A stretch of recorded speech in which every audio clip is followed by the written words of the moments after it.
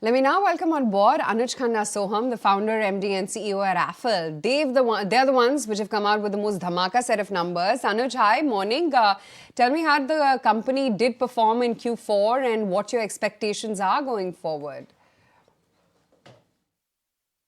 Well, thank you for having me on your show.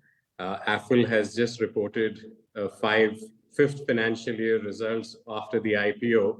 And we are very, very delighted with the results that we've got this year, especially in Q4. It's been a record-breaking result for our company.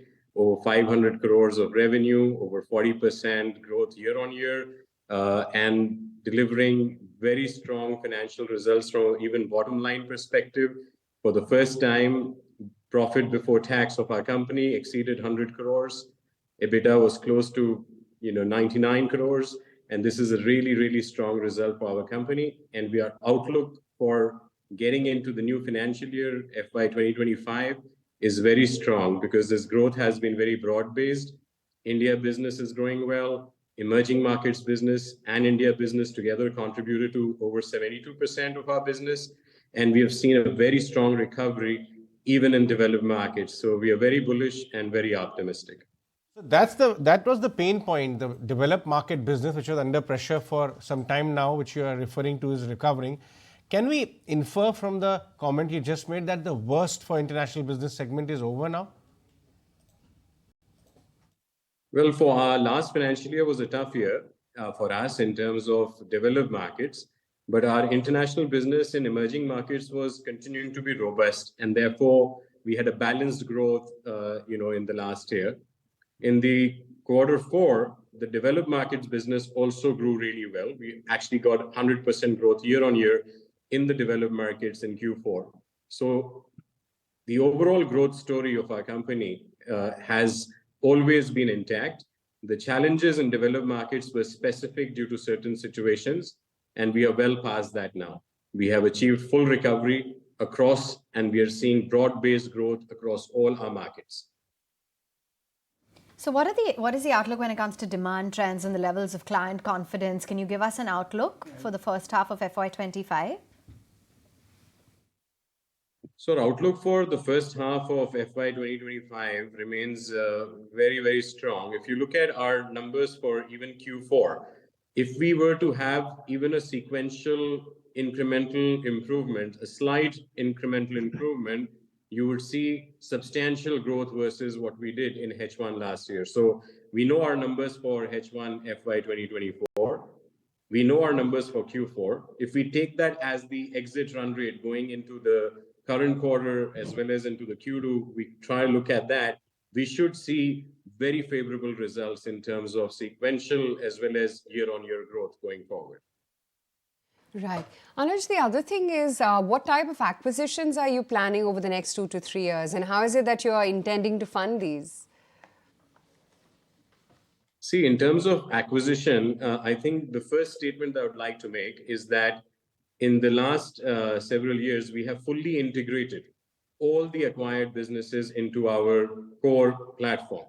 And it is absolutely supported by our supply cloud, Converge AI supply cloud, which is unifying, simplifying the entire ecosystem and giving us economies of scale as well as efficiency.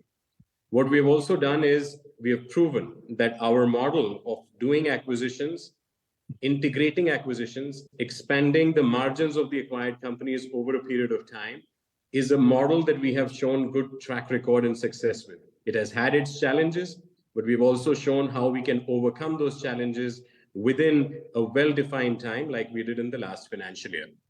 Now we have sufficient amount of cash also being generated. If you look at our results for FY 2024, you would see that we are generating cash at a very healthy rate.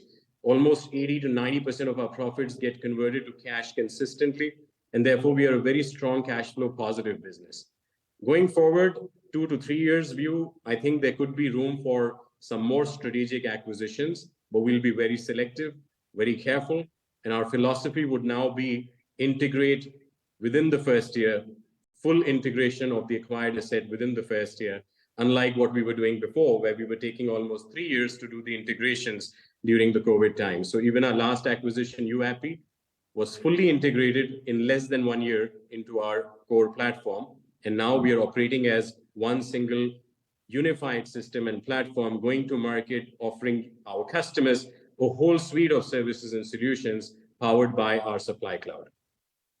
And can we expect high growth across all segments? Do you think that the worst is behind us? And additionally, I just wanted to know if you can give us any sort of insight on your revenue or your margins.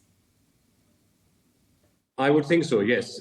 Definitely the worst is over as far as we can tell. And this coming financial year, even the outlook for not only revenue growth, but also margin expansion is a positive outlook. And we are very bullish about what we can achieve going forward in this year. And also on a long-term basis, I see GenAI technologies, other emerging technology trends is something that Affle is deeply prepared for, ready for. We have already been integrating GenAI capabilities and use cases across our entire tech stack. The consumer platform tech stack of Affle is GenAI ready in many ways at the moment. We are always adapting, exploring. One of our products where we have implemented vernacular strategies for using GenAI to generate, vernacular keywords and, recommendations has been widely adopted by our existing customers across all verticals. So even the vernacular verticalization strategy is working out well. So I see scale as well as I see efficiencies in terms of margin happening as we expand from here onwards. Right, Anuj, great to have you on the show today. Thank you so much for talking about your numbers. And Affle clearly has been one dhamaka set of numbers, and stock as well, showcasing that enthusiasm pretty much. If you like this video, then like, share and subscribe to ET Now.